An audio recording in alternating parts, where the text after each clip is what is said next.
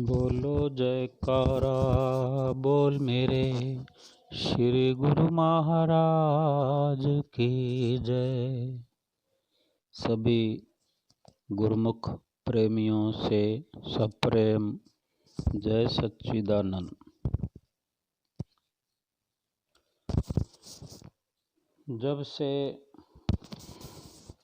जीवन मिला है तब से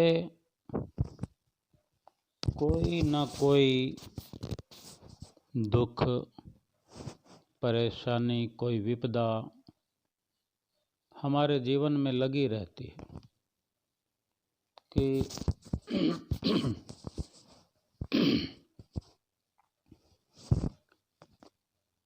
है सतगुरु मौज हर किसी को नसीब नहीं होती, जिंदगी हर किसी की खुश नसीब नहीं होती।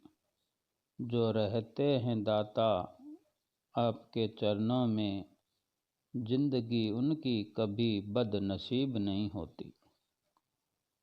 ये एक गुरमुख के दिल के उद्गार हो सकते हैं। एक गुरमुख की ही विचारधारा है ये। ना इश्क का शौक है ना मोहब्बत करते हैं, श्री आनंदपुर वाले के बंदे हैं बस बंदगी करते हैं।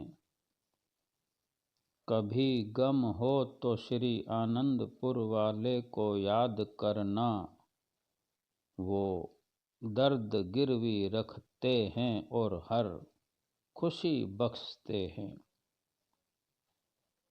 किस किस तरह से गुरुमुख प्रेमी अपने गुरु महाराज जी से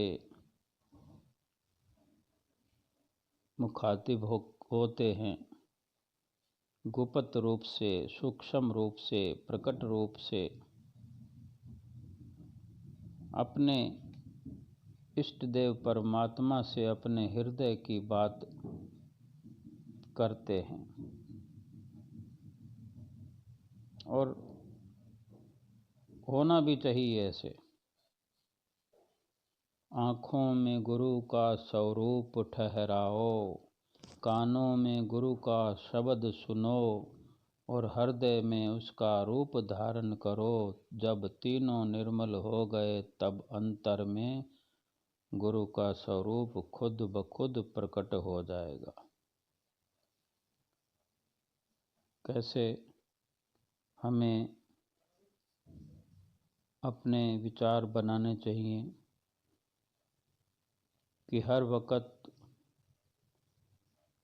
अपने आँखों में श्री गुरु महाराज जी का स्वरूप बसा रहे, उनकी याद बसी रहे। कानों से जो शब्द अंतरीव तौर पर हमें सुनना चाहिए, वही धुन बजती रहनी चाहिए, उसमें सुरती लगी रहनी चाहिए।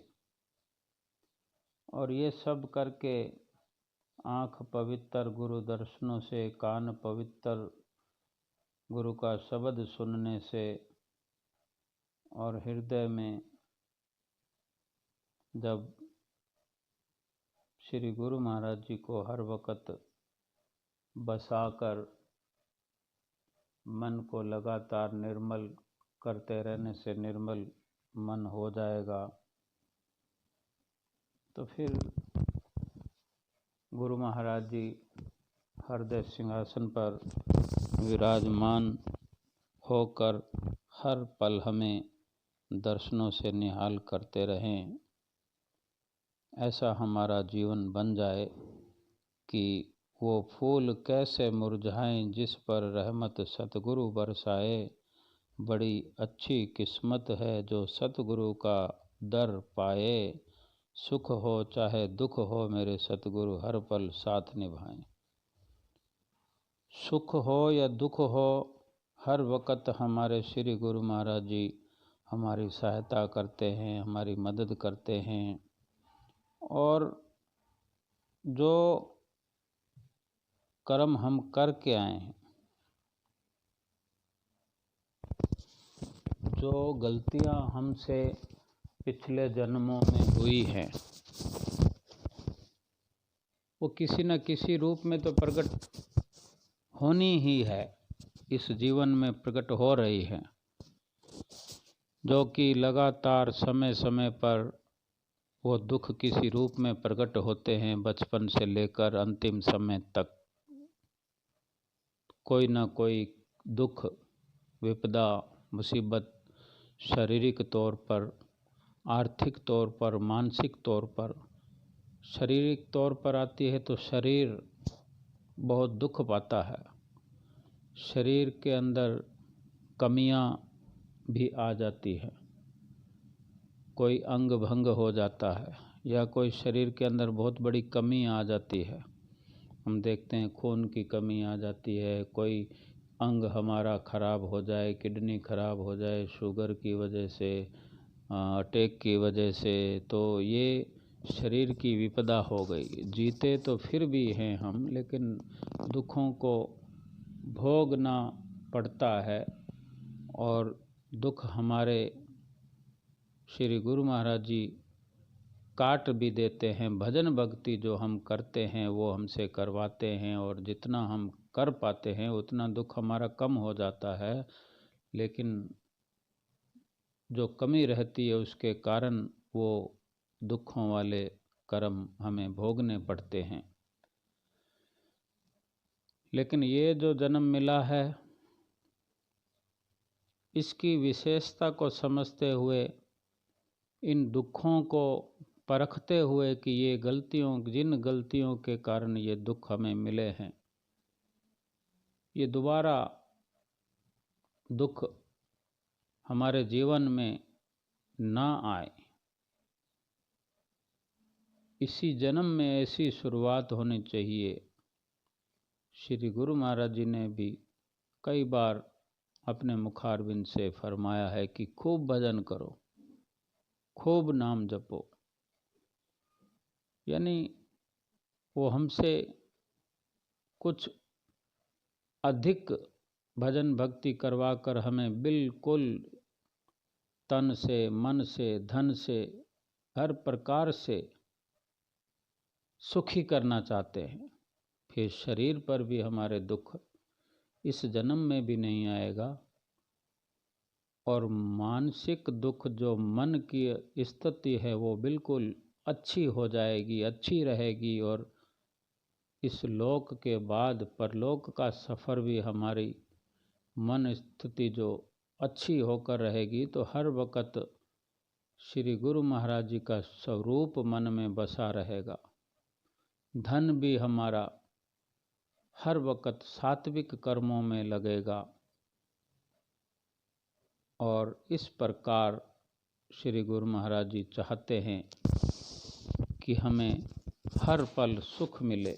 तो हमें हर पल, हर श्वास नाम के अंदर, भक्ति के अंदर, सेवा में चित्त लगाकर व्यतीत करें, ताकि हमें ये दुख ना उठाने पड़े, आत्मा हमारी पाक साफ हो जाए और परमपिता परमेश्वर के चरणों में विश्राम पाए।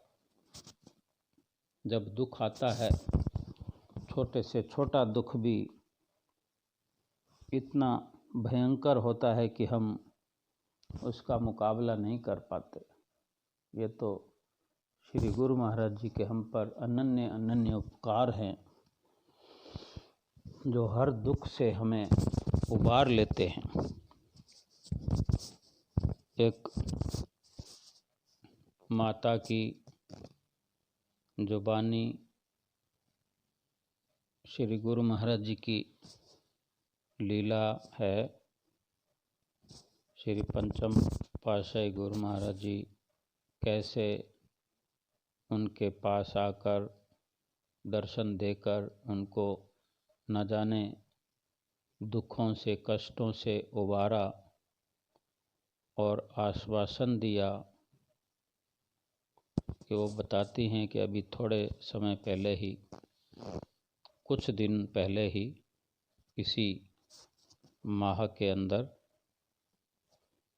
फरवरी मार्च में पंजाब की वो माता हैं लुधियाना में, तो वो बताते हैं कि मुझे हार्ट में कुछ प्रॉब्लम हुई,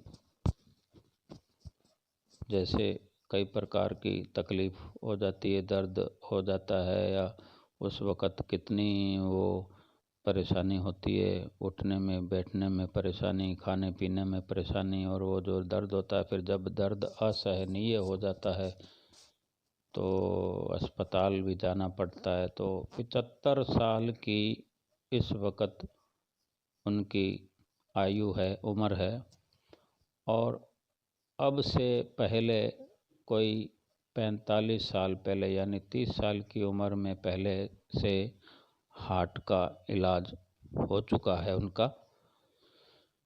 तो इतने सालों के बाद जब ऐसी अवस्था है कि शरीर दुर्बल कमज़ोर हो जाता है, लेकिन इतने समय बीत जाने पर भी, इतने समय को अपनी आँखों से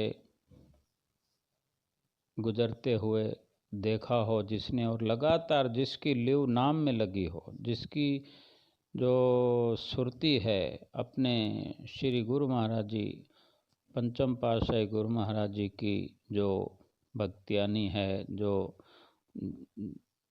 उन्हीं के समय में जो श्री गुरु महाराज जी की हर वक़्त याद, जिनको पंचम पातशाही गुरु महाराज जी की बनी हुई है, आज भी बनी हुई है, वो बताती हैं कि जब 30 साल की उम्र में, आज से 45 साल पहले जब, तब भी श्री गुरु महाराज जी नए नए गद्दी पर विराजमान हुए थे, श्री आनंदपुर के ऊंचे सिंहासन पर पंचम पातशाही गुरु महाराज जी।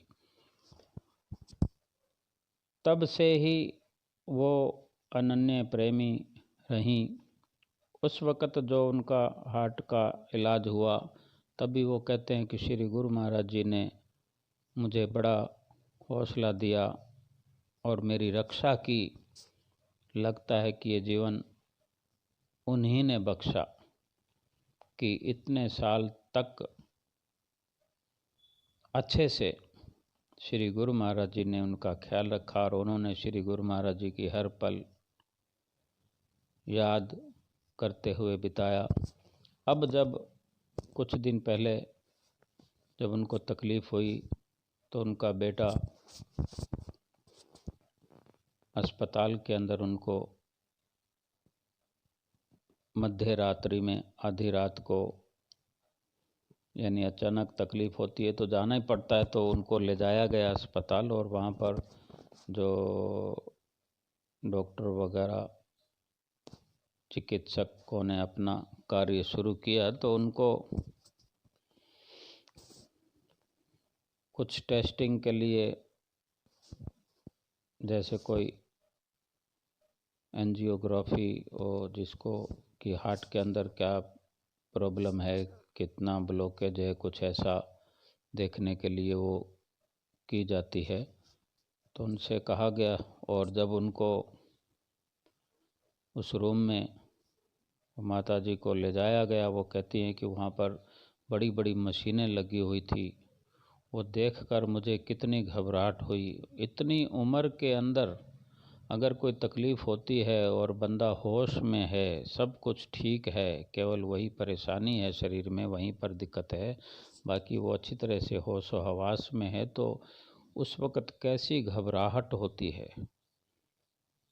उस उम्र के पड़ाव पर कितनी मानसिक पीड़ा होती है कि क्या होगा। वो अपनी बता रही हैं कि मुझे कुछ समझ में नहीं आ रहा था, अंदर से इतना घबरा गई कि क्या पता क्या करेंगे।